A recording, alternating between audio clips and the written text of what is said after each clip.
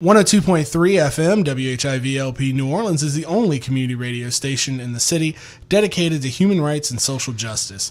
All of our hosts and DJs are volunteers, and we are able to provide quality programming with your support. Consider becoming a member of WHIV by setting up monthly donations of any amount you wish. That could be $1, $5, or $10 per month, whatever you can do to help. Or you can make a one-time donation to the station too. We also have a new line of WHIV t-shirts and tank tops just in time for spring. They also make great gifts. Simply go to WHIVFM.org and click store or donate. Thank you for supporting WHIV. We are not a radio station with a mission. We are a mission with a radio station. End all wars. Preventing HIV is easy. Get PrEP. You can get free HIV testing at any Access Health Louisiana location, plus same-day primary care appointments are always available. Access has a new location in the downtown New Orleans at the Python Building, where individuals may be seen for diagnosis and treatment of HIV, STIs, and PrEP. Plus, all Access Health Louisiana patients qualify for discounted medications through their pharmacy. More information is available at accessla.org. That's accessla.org.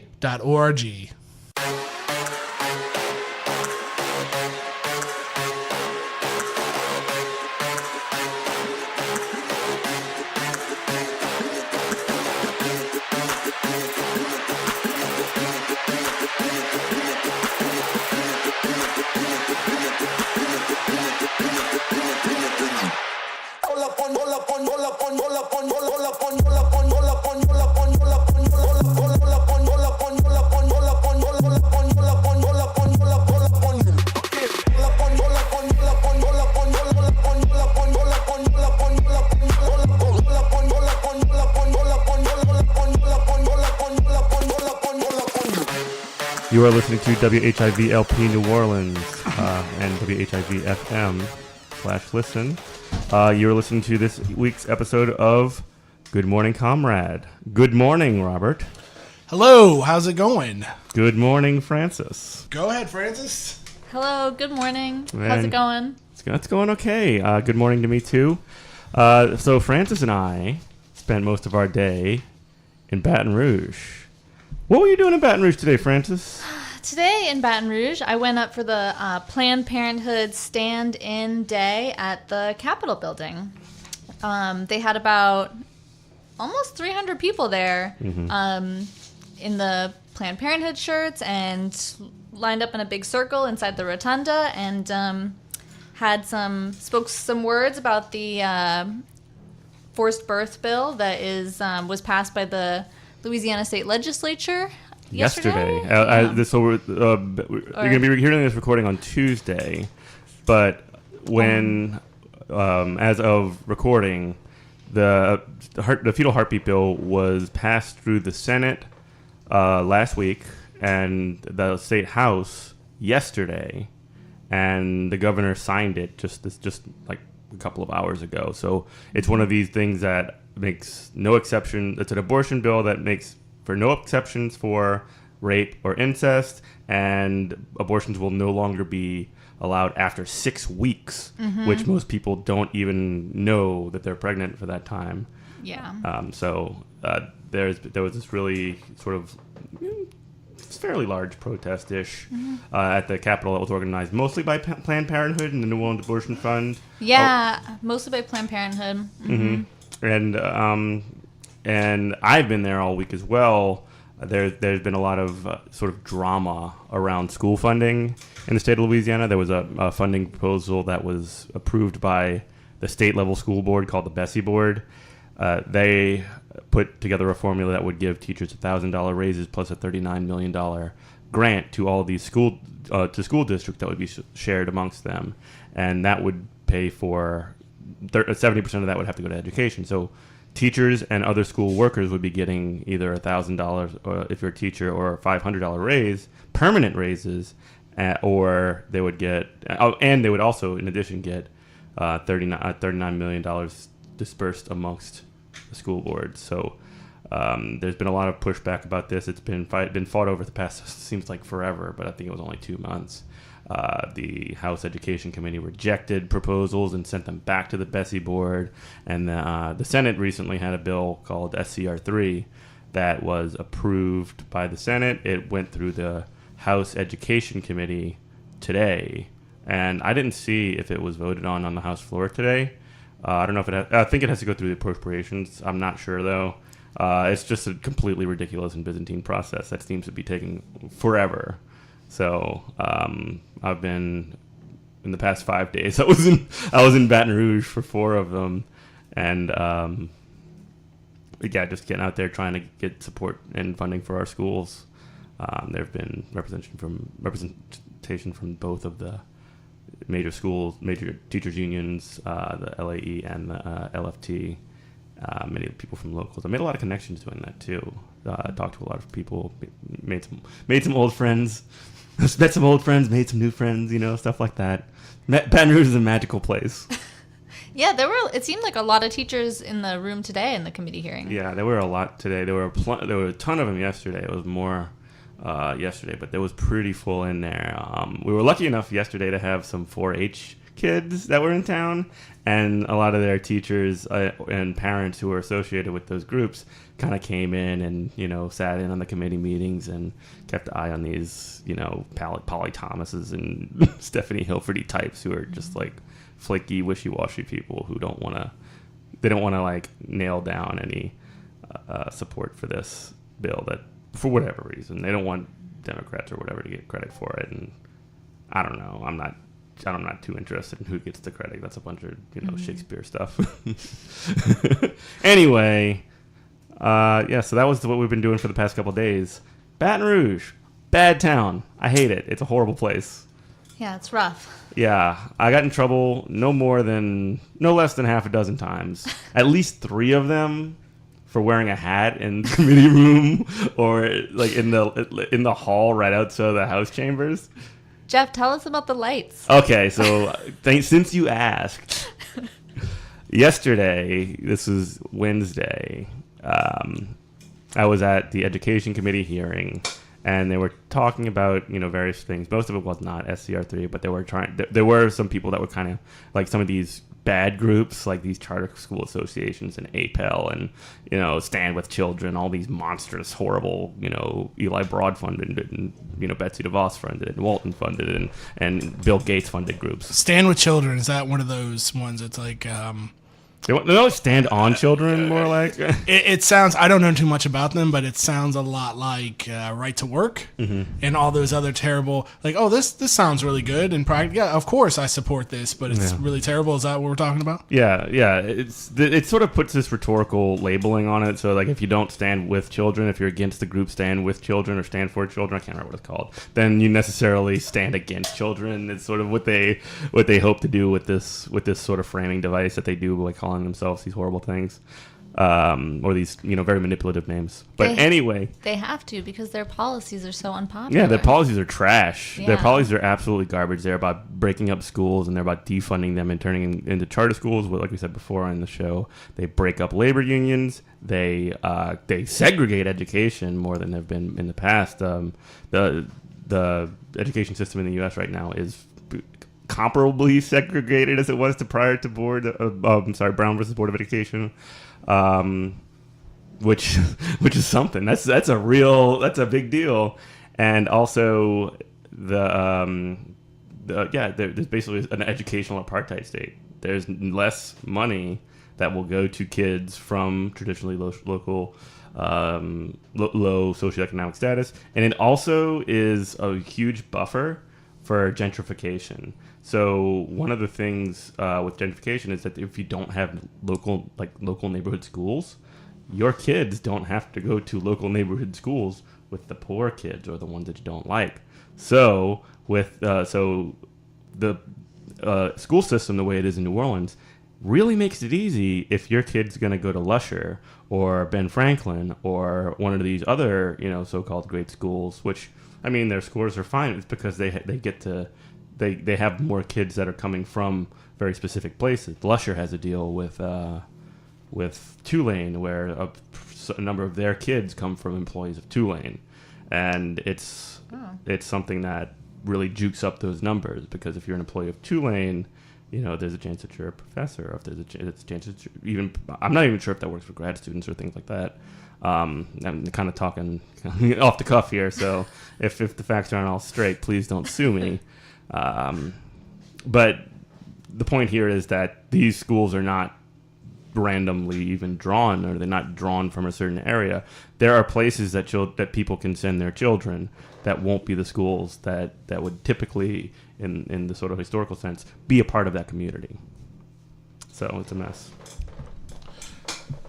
And on top of that, I've spoken in committee myself in Baton Rouge. Did you eat at that delightful diner at all inside the state capitol? Yeah. Can you tell us what the secret ingredient of the cafeteria of quote unquote how the sausage is made? What makes the place run? You mean the slave labor? Yes, the slave labor. Yeah, and this is at the governor's mansion too. They have incarcerated people who are they're essentially the staff of much of the Capitol. It's not just the cafeteria that they have down there. We went up to the governor's press room on Tuesday, and there were like most of the people who were doing the cleanup and the real important work that folks do. They were done by incarcerated workers, and solidarity with incarcerated workers, of course. But there's nothing more exploitative than that, and it's. And before, I can already, in my mind, I can hear the counter argument of the same thing in California during the wildfires of last year, where every year. Yeah, every year, exactly. And we're like, oh, we're gonna have slave labor, incarcerated workers out here fighting fires, and they're like, well, they want to do that. They get paid to do it. You take anybody and lock them inside of a cell. They want out. Yeah, you'll do anything. You'll do anything for any amount of money.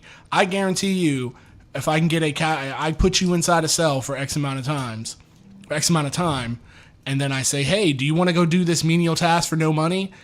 You'll definitely want to do it. You'll want to change the scenery. So there's really no choice at all involved in that. Yeah, and to bring it way back to the committee meeting, which we were talking about initially, that Francis asked about, when I was walking out of this committee meeting, which was still happening, I was kind of like walking against the wall, and I accidentally, and I do mean accidentally, it was not on purpose, okay? I turned off the lights as I was walking out the door, and the entire committee was sitting in the dark for like 5 seconds. That was an and accident. I swear it was an accident. If I had done it on purpose, I would not be able to. I'm not a good liar. I'm not this kind of good liar. I accidentally did it. And everybody was like looking at me and like staring and like, look at that guy over there, turning off the lights in his room. Man, that's not within decorum. That's definitely outside the realm of decorum. Yeah, they're very worried about decorum. One of the things that I kind of got in trouble with decorum today, because they had I think it was Senator Moorish was talking about his bill about funding education, and I started clapping, and everybody's like, shh, you can't clap in here. No clapping. They're gonna kick you out, and I'm like, I don't care if they kick me out. This is the lamest place there is. It's horrible. I don't want to be there. I only wanted to be there because it mattered. It was important. There was some very compelling testimony during committee today. Yeah. Like the woman who spoke about who has 3 kids in 3 different schools. And spoke about how when schools lose funding and teachers have to like put up GoFundMes to pay for school supplies, or reach out to the parent-teacher associations. Donors Choose is something that's really big right now. Real quick before we go on, you are listening to WHIV LP New Orleans, WHIV FM/listen. So we were talking about the testimony, which is also a really wonderful presentation given by a person from the Louisiana Budget Project. Yeah. And so I talked to you in that meeting, and you said you had worked a little bit with the Budget Project. Do you want to talk about that group a little bit? Yeah. I mean, I just kind of know a couple people who have worked for the Louisiana Budget Project. But as I understand it, they just do like deep dives into budget-related policy issues in Louisiana. And like For example, they do like policy briefs on like when the Medicaid work requirements are being considered, or changes to the SNAP to food stamps program, or like that woman today had like expertise in how public schools are financed. Educational justice and economic justice and how they're connected, which is really important.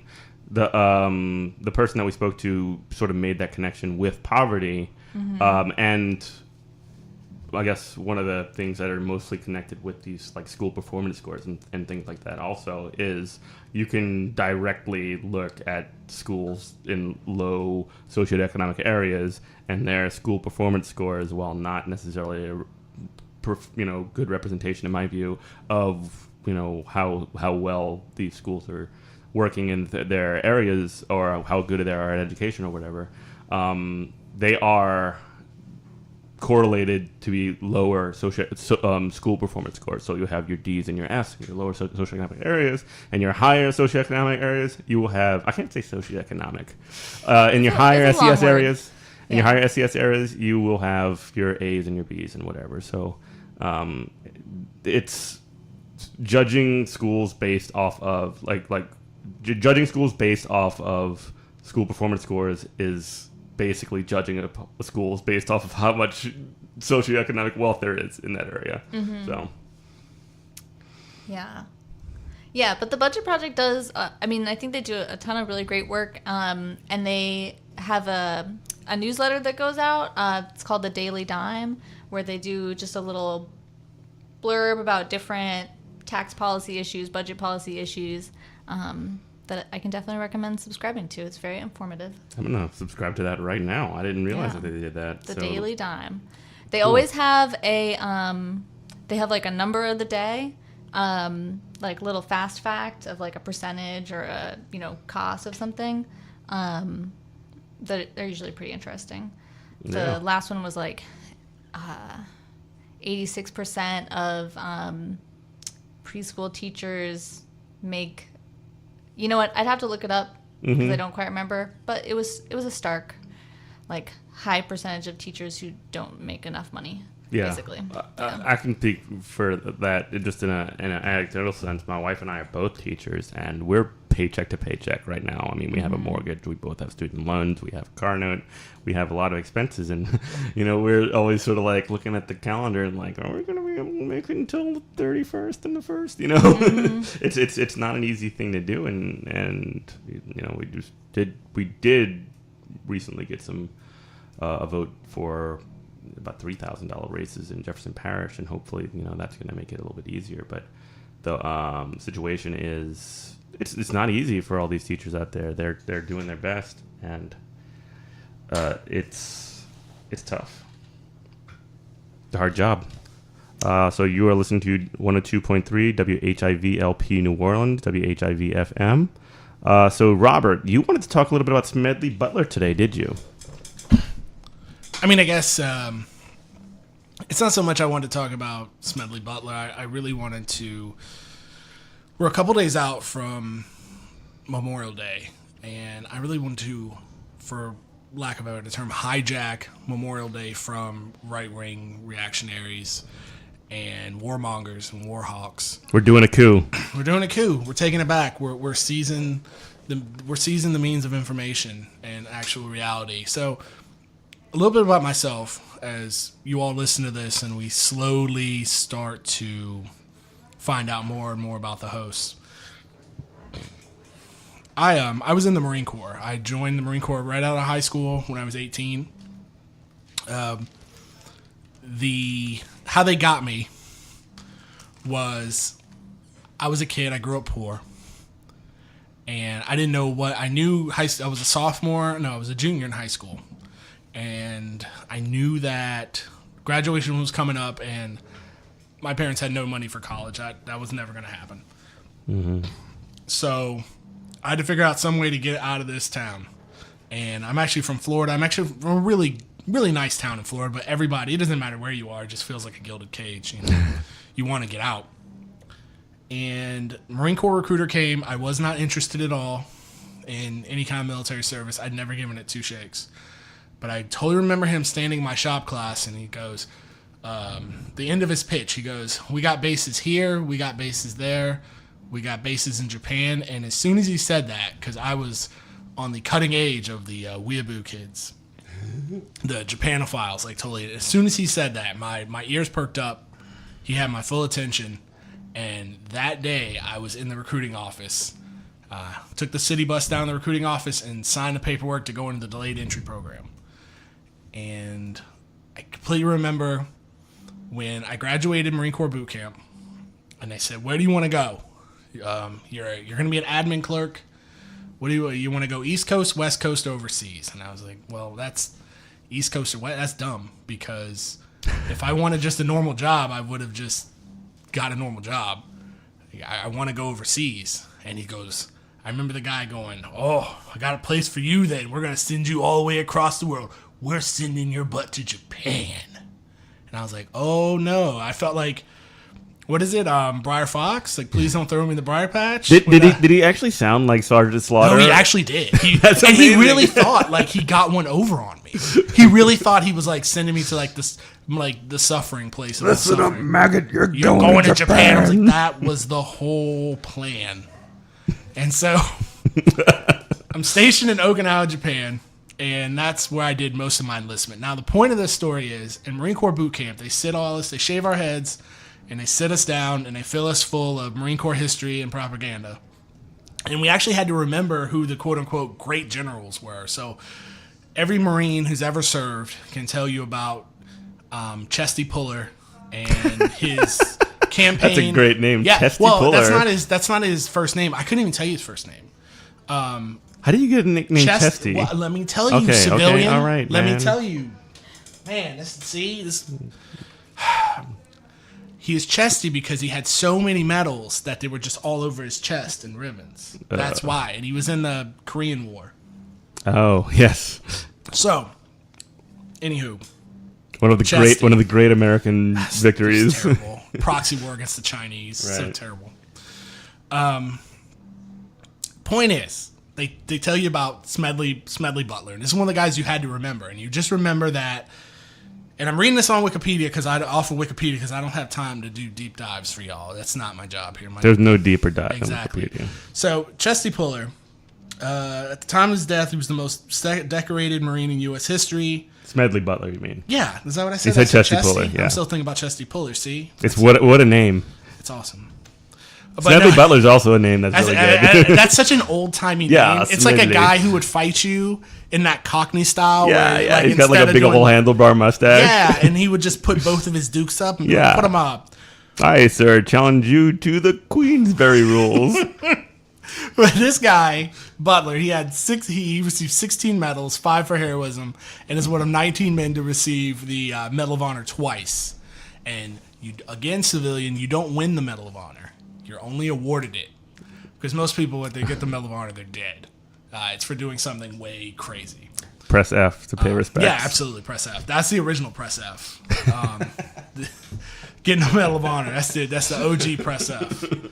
So that's all you ever hear about the guy, and you're made to remember this stuff and like why he's important. But why he's really important is because he wrote a pamphlet. I wouldn't call it a book. It's only 50 pages. It's in the public domain. I implore everybody to go look this Hold up. on one second. Yeah. So I will call it a book because I could write something that's 50 pages, and if I did that, I would call it a book and not a pamphlet. Like, I mean, I'm not going to get too I sidetracked with guess this. you're so pedantic. Us leftists are so pedantic. Why are we just? I'm doing this this- is why this the is- left cannot coalesce because we nitpick over everything. This is extremely self-serving because I want to be able to write a book, and I don't think I could write anything longer than 50 pages. I want you to go write a book report about Chesty Puller is what I want Yeah. for making fun of the His man. old chesty pulls. It is my authoritarian. Yeah, Marine that's Corps fine. coming Yeah, out. yeah. Once a troop, always a troop. But Once a the guy- Marine, always a Marine. Troop. That's army garbage. I'm gonna introduce you. You know what? I'm gonna introduce you to a podcast. It's called Eyes Left. I'm gonna. Oh, yeah. That's, you're gonna listen what's to his that. And name? you're gonna write a report. What's his Picone name? or whatever. Yeah, the guy, yeah. the communism one guy. Yeah, that dude was cool. I listen to that sometimes, but honestly, I listen to the What a Hell of a Way to Die sometimes, too. that's a good one too. But Francis is a sweet boy. the thing is about those podcasts, I have a hard time listening to them because I'm one of the guys who got lucky with my service to where I think when you join the military, you're spinning like the wheel of misfortune. And some people get incredibly lucky, like I did, and You're going to Okinawa, man. yeah, I go to Okinawa. My last duty station was in Pensacola, Florida, literally on the beach. And Dope. yeah, it was. And I couldn't, after 9/11, I was non-deployable because my job was to process paperwork for fighter pilots. So they made it, even if World War III kicks off, I couldn't go anywhere. So the point is, I was incredibly lucky. A lot of guys ain't. So that's why I have a hard time listening to like A Hell of a Way to Die, because there's a lot of war stories, and I'm like, oof. It like hits me in the oof. I understand, yeah. It makes me think of I like don't, but I alternate do. realities of how bad things could have went. Back to Butler though. So Yeah. he wrote this book. We'll call it a book. It's Thank public you. domain. Thank you. That's the for me. audiobook's in the public domain. It's called War's a Racket, where he breaks down his service, the things that he did, and he breaks down why his whole existence was just to serve the American empire, and more importantly, the American empire's corporations. And I'm going to read a couple of quotes from his book that really, really stick out to me. And this is quoting General Butler. I spent 33 years and 4 months in active military service, and during that period, I spent most of my time as a high-class muscle man for big business and for Wall Street bankers. In short, I was a racketeer, a gangster for capitalism. I helped make Mexico, and especially Tampico, which is a fruit company, safe for American oil interests in 1914. I helped make Haiti and Cuba a decent place for the National City Bank boys to collect revenues in.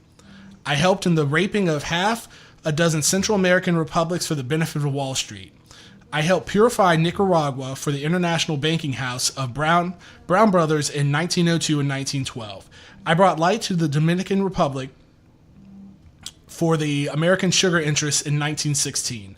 I helped make Honduras right for the American fruit companies in 1903. In China, in 1927, I helped to see it that Standard Oil went on its way unmolested. Looking back at it, I might have given Al Capone a few hints. The best he could do was operate his racket in 3 districts. I operated in 3 continents. So how everything, the line of history, how it ties into everything.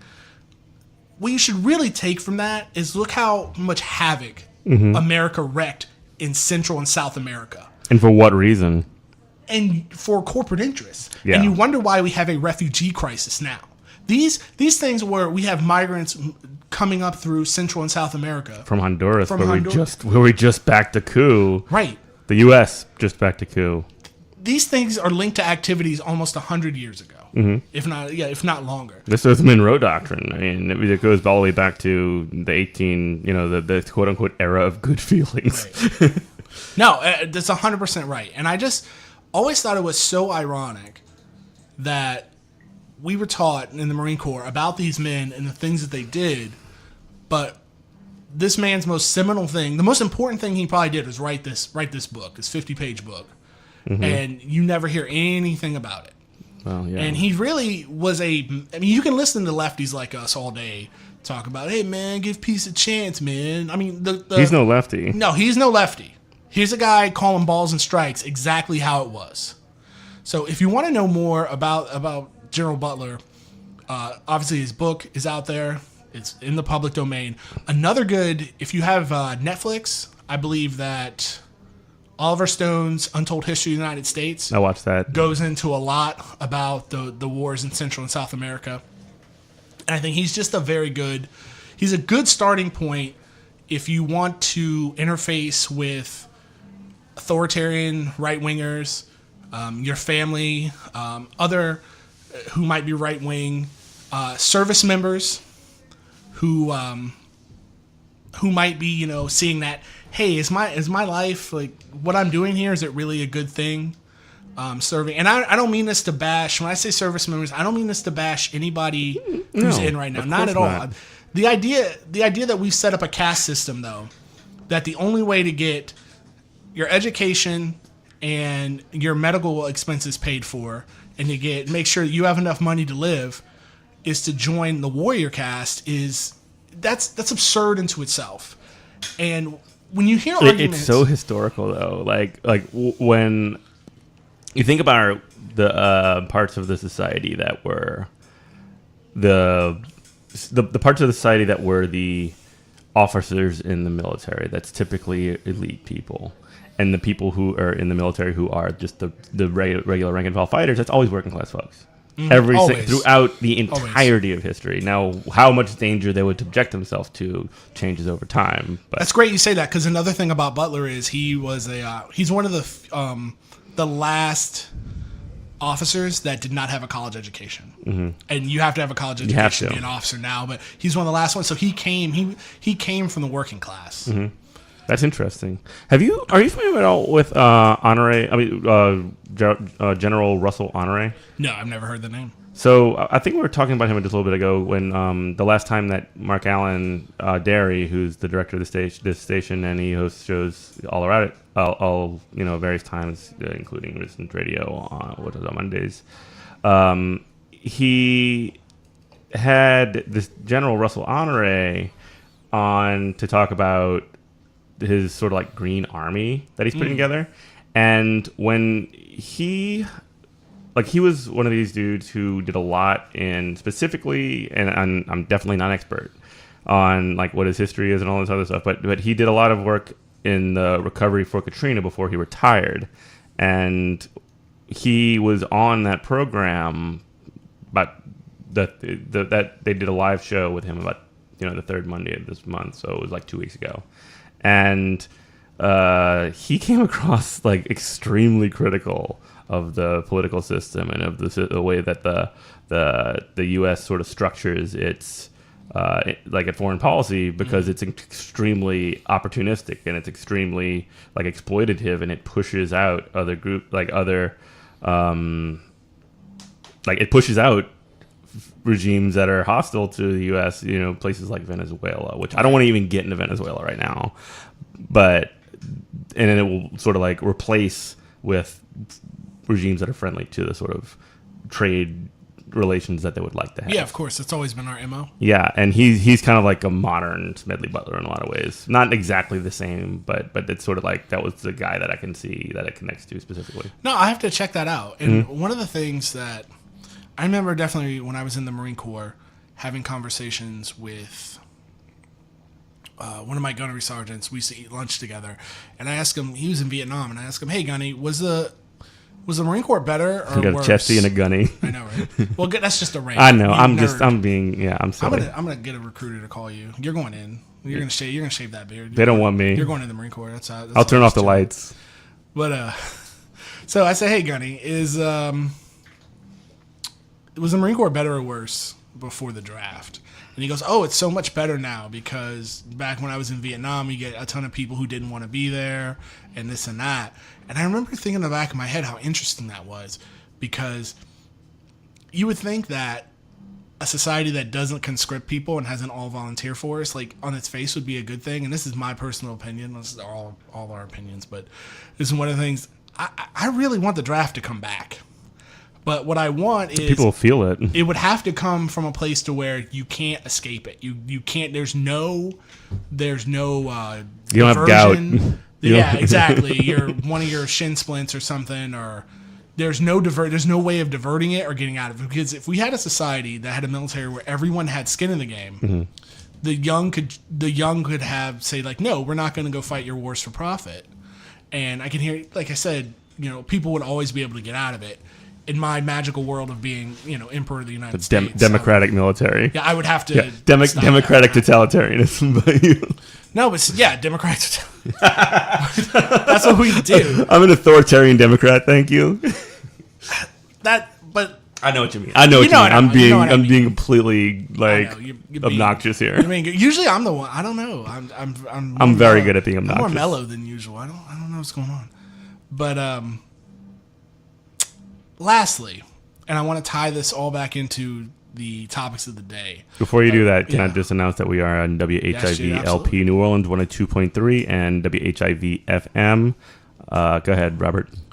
So, again, about my time in the military and in the Marine Corps.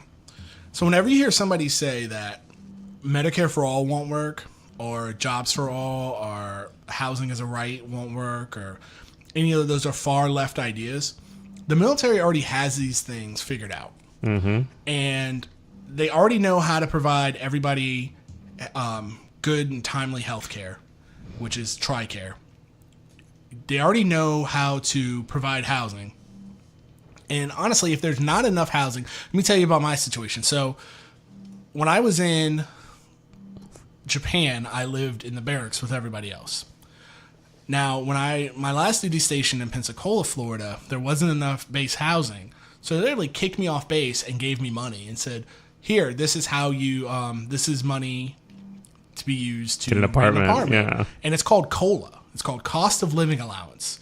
So what the military does is they take the zip code that you're stationed in, and they use that as a way to calculate how much it costs to rent an apartment, buy groceries, and all your basic stuff, and then they give you a set of money based on that zip code. So the military has already figured out that socialism works. They've already figured out that socialism is the best way to do what's called in the military force readiness and accomplish the mission. And our mission here, we're not in the military. Readiness. Yeah, we're not in the military. The mission is to keep ways. our society going. Yeah. And that should be the mission. The mission Right. should be to keep the earth going and our society going. And socialism is the way to do that. The government already knows that. But they don't. But they want it to go. They want want it to happen in the way that they want it to happen, and that when they want there to be divisions and fights and all this stuff, that's where the markets go. And when they want there to be an actual direction for things to be done, that's where the sort of like military. And there's no in between. There's actually because our material situations are so disparate, because some people have money and some people don't have money, and wealth and all these other things. Then you're necessarily at like you have these groups that are like in competition with one another. So since you have this social separation, you're gonna have division based on the material needs of the people that are in each of these positions. Well, think about the position that puts the United States military in as an employer, because it gives them They're all a boss kinds. and they're the cops. Absolutely. So in a non-conscripted military, in a voluntary force military, they get to have this kind of carrot to dangle in front of young people's faces of, hey, you live in a terrible town, you're trying to get out, come work for us, we'll take care of your housing, we'll make sure you're fed, we'll make sure that you get medical care. If you have kids, they get to go to a good school and they get to have medical care. It puts them it gives them a unfair advantage in the labor market. Yeah. I mean, I guess the market's not exactly what I'm super concerned about. But I do see that essentially it's like an employer that would provide for people that wouldn't normally get the things that they were doing, and it's solely based on the way we've structured our economic system with capitalism, right? So you wouldn't have people that would be in a position where they would have to enlist in the military if you didn't have the inequality that created that decision. Absolutely. To be again, the inequality is baked into capitalism. It's a part of the game. That's the whole point. Yes. So we need the inequality to make you come to us. Right. If you weren't in that horrible, desperate situation, then you wouldn't have to join, the military. Francis, what do you think about this? You got a thought? Looks like you have a thought. Oh yeah. I mean, it's definitely a really messed up system that we got. Totally. People get, no doubt about that. We don't have a draft, but we have like a system that is set up for people to basically have to enter the military in order to like move forward in life. Mm-hmm.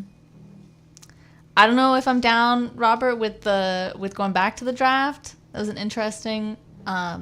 Me either, but it's not like it's not like an unacceptable position that I don't agree with. It's like one of these positions where it's like, okay, it's understandable why somebody would take this position. Right. I don't agree either, though. Yeah. Yeah. Here. But when you look at Vietnam, like in the Vietnam War, and people tearing up their draft cards, that definitely played a huge role in why we've got in policy and why we got out of that war earlier than Nixon wanted to. Like Correct. we wanted, That's true. they were talking about dropping nukes in Vietnam. Yeah. And they dropped a lot of napalm too. Yeah. A whole lot of napalm. Yeah, Kissinger was talking about dropping nukes, and the Of idea course that, he was. Of Yeah, it course, was him. of course, Henry Kissinger was talking about dropping nukes. That's like he wakes up in the morning. He's like, "Where do I want to talk about nuking today?" That troll, that ungodly creature. But I understand it would be terrible because if it went back to the way it was and people were still able to get out of the draft because of wealth and privilege, that would be awful. Mm-hmm. But if there was a way to snap your fingers and make it so everybody had skin in the game until the U.S. military gets that T-1000 Terminator robot army up and running, potentially people could shut down the because military it's actually potentially. it's literally a question of the workers taking over the means of I guess war, not necessarily Right. production. Like I guess the production of war. But I get it, and like in a certain sense, I don't disagree, but I guess I don't know. Like I think that even if you were able to institute this universal draft, the elites, families, and stuff would still be able to inhabit officer positions and positions that are powerful and positions that have sort of like discipline over, regular rank and file, members. Yeah, but again, it's definitely something that's closer, and it would be a position for more people who are not like already hoorah minded or whatever to go in. We can look at Vietnam. I'm kind of this is one of those things I'm like embarrassed to say because I'm kind of like a closet Vietnam historian to where like Why are you embarrassed of that? That's because a good thing. That's I don't want to. Knowing about stuff is cool. The reason why is because I'm a teacher, so like it's would- my job to make these spaces so safe. okay, Vietnam War, we were definitely the bad guys, 100%. Totally. Here's my tangent about that. We're definitely the bad guys, 100%. The North Vietnamese were the good guys. They did bad things. I know that. I feel very uncomfortable learning about all this history when the people who lived it are still alive and they're hurt and they're affected by Right, that. yeah. I would never tell a Vietnam vet that you were the bad guy and your buddies died for nothing. Like that is and I wouldn't do that's that either. terrible. But I wouldn't do it either. objectively, we were. I guess the point here is that the people that made the decisions for those wars to happen were the people, the elites, and they essentially forced working class people. Going to that point, though, in Vietnam, we can look of how that was handled. That took care of itself in a lot of ways. If you Google fragging, that's not just in Call of Duty, kids. So what would happen is you would get a gung ho lieutenant, gung ho officer, and they're like, we're gonna go stack up North Vietnamese bodies. We're gonna murder this entire city. Yeah, we're going after the Kong. We're going to get them. Blah blah blah. And the guys on the ground, the guys from Bumble, Arkansas, who were just working dudes who got conscripted into this, who their draft number came up, said, "Nah, son, we ain't doing that." Yeah, we have a grenade for you. Exactly, and they would roll it right into his tent. And that was it. And that cooled a lot of people off in Vietnam. I don't want to say that was the best thing ever, but it was the best thing ever. It is pretty cool though. Yeah, it was. It's going. Look, we're not gonna do all this stuff. But I see what you're saying because on the flip side of that, you still had things like the My Lai massacre in Vietnam. I'm sorry, let me correct. That stuff still happened. That stuff still happened. Even rank and file members didn't step up and say no. Yeah, Let's don't do that. I'm sure one or two people did, but as a whole, they probably got shot and killed too. Exactly. And then the guy who was in command there, he was pardoned by Nixon anyway. Yeah. So I get what you're saying. I'm more talking about a dream scenario that would never happen, where we would have to for a conscripted military to work in the way that I want it to work. We'd first. The main thing is it's like the Matrix. They're holding all the keys. They're holding the agents are holding all the keys. They're guarding all the doors. We have to break capitalism first. Right. We would have to break capitalism so we can't have wars for capital anymore, and we can have a purely defensive military in order for that to work. But I do like we got really serious and really deep there. That's fine. I do like how the U.S. Army tried to have that tweet the other day and got ratioed into the ground. The whole how has serving impacted you? R.I.P. They lost this war, baby. That was rough. They lost the posting war. I mean, let me read one of these tweets. I mean, we're laughing, but here we go. How has serving impacted you? Well, Archie Danger replies, my dad had lifelong medical complications from exposure to Agent Orange and spent the last few years of his short life fighting for the VA to acknowledge his condition. And here's a newer one. This person's younger. Ivor Gazelle says, this is how the Army has impacted me. Depression, anxiety. Still can't deal with loud noises. I was assaulted by one of my supervisors. When I reported him with witnesses to collaborate my story, nothing happened to him. Nothing. A year later, he stole my laptop and then was demoted. I'm worth less than a laptop to the Army. Wow. So that is while we're all sitting there, rah-rah, eating our hamburgers and hot dogs on Memorial Day, I want you to think about at Ivor Gazelle and how her experience in the Army and how the pain and the trauma that she went through. Yep. She's worth less than a laptop. I will say, that's bad. I will say the hot dogs are good. Hot dogs And are. the hamburgers I don't are like good, hot too. dogs though. They're just like a weird non-meat. No, I just don't like. That's okay. them. You're allowed to not like hot dogs. This is a safe space to not like foods. Francis, you have opinion on hot dogs? I like hot dogs. Yeah, me too. Yeah, I used to not like hot dogs. Didn't eat them for like 5 or 6 years. Was really anti-hot dog, and now I'm back on board. Be back on hot dogs. Yeah. And I I always- like them with chili and relish and mustard and onions. Just ketchup. Oh, ketchup on a hot dog? Okay, you're canceled. Yeah. You're not canceled. Of course you're not canceled. You cannot cancel You can Francis. cancel me for that. No, it's fine. It's fine. I always eat a hot dog when I go to the airport. I go to that Lucky Dog place. Oh, Lucky Dogs are good. Yeah. That's cool. Where do they wash their hands? Well, not the one at the airport. I'm sure the airport has great, but here in New Orleans, like y'all Maybe go they to have- Bourbon Street. Maybe they have like a bar that they can do it at. Y'all go to I Bourbon don't Street and know. get a Lucky Dog. Yeah. Y'all nasty. I've done. Oh no, I don't go to Y'all Bourbon. nasty. I don't know the last time I've go to. That's the Bourbon only place Street. they are. Where's that Lucky They Dog have. guy They washing have. his They have a hands? Lucky Dog terminal in the casino. Yeah, they do. I And was then- just there the other day playing poker. Of course you were. Yeah, And then they have one at. exploiting tourists. Mess them up. They deserve it. And then they have the one at the airport. I think that's the only place they have Lucky Dogs now. I don't. No, go to they got 'em on very often. Bourbon. I don't. Yeah, Yeah. they on Bourbon Bourbon doesn't Swerve. count. That's not a place. Yeah, it's not a place. It's Bourbon. not a place with any kind of sanitation either. Yeah. It's I ain't gross. going there. Y'all are risking your life. I don't go to Bourbon like hardly ever. I'm not talking about Bourbon being there. I'm talking about Lucky Dog. Oh, whatever. Ugh, I can't even imagine. Look, if they can hire a respectable man like Ignatius J. Riley to sell those things, they have my trust. Are you serious? You know, I've never read that. You have It's it? like the most hipster thing ever, isn't it? The book.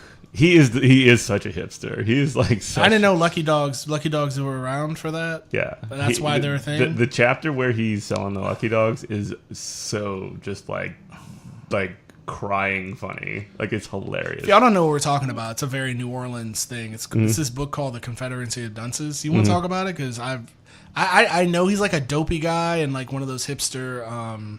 He kind of looks like Wimpy from Popeye in one of those trapper hats. I went through a trapper hat phase. I lived in, I went through a trapper hat. I know. phase. I saw Loser too. It was a great movie. But what is this about? What is this Confederate Dunces? This is about this big puffed up jerk who thinks he's like an aristocrat, but he's actually just a dummy. It's like that's the whole concept of the book. It's Why great. is it? Is it just because it's set in New Orleans? Should I care about it for any other reason? I don't Because understand. that person does exist and he's real. I mean, it's a real dude? I mean, no. He's not actually a real dude, right. but like he is. Like there are Ignatius J. Rileys running around, like people who act like him. By the way, this is WHIV LP New Orleans 102.3 WHIV FM. Yeah, there are guys like that running around. I mean, Like, what does he do? So he sells Lucky Dogs. he's sort of like this overeducated, like puffed up, like dummy, you know. If I was gonna, I don't know, if there was like a comparison to him in some other medium, like what would it be? Like, if you like X, what would you like about Confederacy of Dunces? I mean, Oh, this is Jeff's brother, Scott. Scott, well, good morning, Scott. Good morning, I Scott. got a lot to say about Confederacy. Please do. You got like 9 minutes to say it. Basically, he's like this self-important guy, and he like He treats his mom like very poorly, and he has no self-esteem. Well, he's got a lot of self-esteem, but he's got like a real puffed up self-image. Is what the like, problem is. He doesn't know anything other than what he's important, like how he's important in the ways he sees. Like he's just a terrible person, and when he's selling lucky dogs, he's just eating most of them, and just like. But which, by the way, is one of the better parts about him. One of the great things about it is that he's just such an authentic, like, Louisiana character, and it actually captures the Louisiana dialect in such a way that, like, it's been put to, like, it's kind of a dead, like, dialect in a lot of ways. Like, all the people that speak it are just, like, not around anymore. Like, they're all old and over in their 60s and 70s, so. I don't know. I've just heard so much about this thing, and I never was into it. I just saw what the character looked like, and was like, no. This seems like the worst piece of fiction of all time. He's not written as likable. No, he's like the protagonist, but he's there to be ridiculed. It's a comedy, and he's somebody that you're not supposed to necessarily relate to. You're supposed to make fun of him. So on our Good Morning Comrade reading list, 2 things you need to read that have nothing in common with each other. You need to read War's a Racket by Smedley D. Butler. And then you also need to read Confederacy of Dunces for some reason. I'm not going to read it. Nobody here has sold me on it. It still seems stupid. The movie, by the way. There's a movie? No, they haven't had a movie because it's cursed. So, what? I think who cares? Like, why is everyththing you've told me, if I'm Harvey Weinstein and you're trying to hit me with this pitch, I'm like, why? First off, I'm not going there. Anyway, so John Belushi was one of the people that was supposed to be like playing Ignatius, and he died. Yeah. And then like John Candy was another one of them that was supposed to be. And I think even Chris Farley was supposed to be Ignatius. All 3 of these dudes are dead. Subscribing. You're describing who I see in my head is John C. Reilly. I think the last person they had attached to it was Will Ferrell. Really? I thought John Goodman was on there too. Because John Goodman's lost like all that weight though. He was filming that movie on the West Bank. It was about an election with him and Zach Galifianakis, and they said that he kind of filmed that because it was kind of a gateway into filming the Confederacy of Dunces. Whatever. But, John C. Reilly? No, this is Will Ferrell. Will Ferrell? I think he would be terrible Ignatius. He was just anyway. We're just making you mad. Is what we're doing. Look, yeah, this is dumb. Look, there's 2 New Orleans movies. There's 2.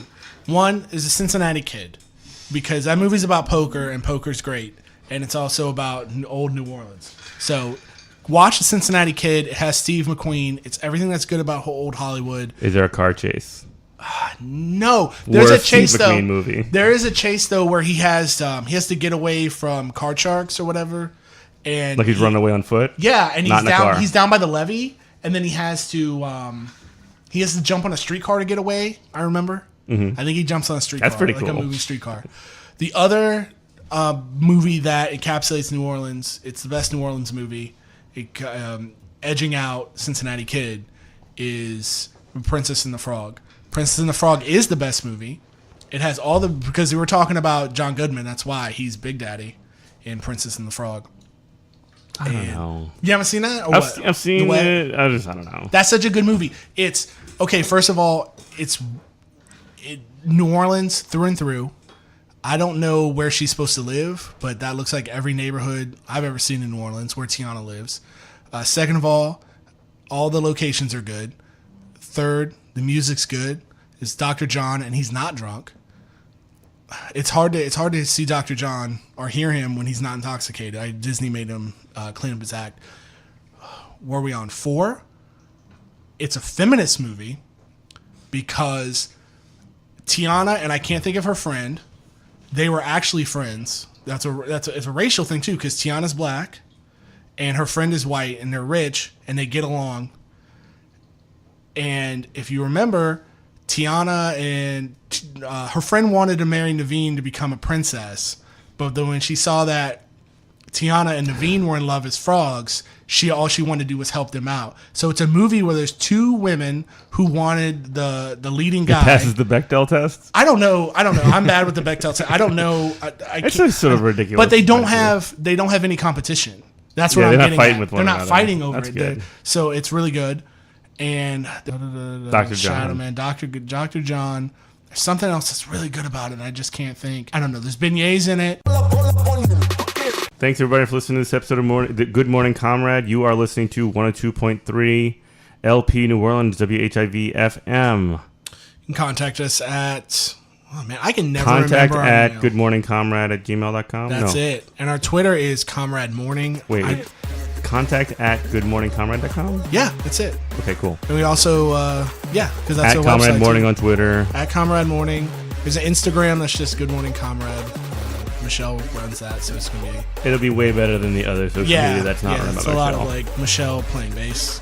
So that's always good. But yeah, so It's just her Instagram. That's just what it is. you can expect these whenever you can expect them. I mean, usually Tuesday they're released, but... Tuesday mornings, it and might we'll be have some longer earlier. episodes. Who We'll cut knows? some You just things. get We're one. doing a lot of experimentation because it's a new show. Yeah, well, not even Francis- that. It's just a surprise. You just have to subscribe and like and all that fun stuff, and then you just get them.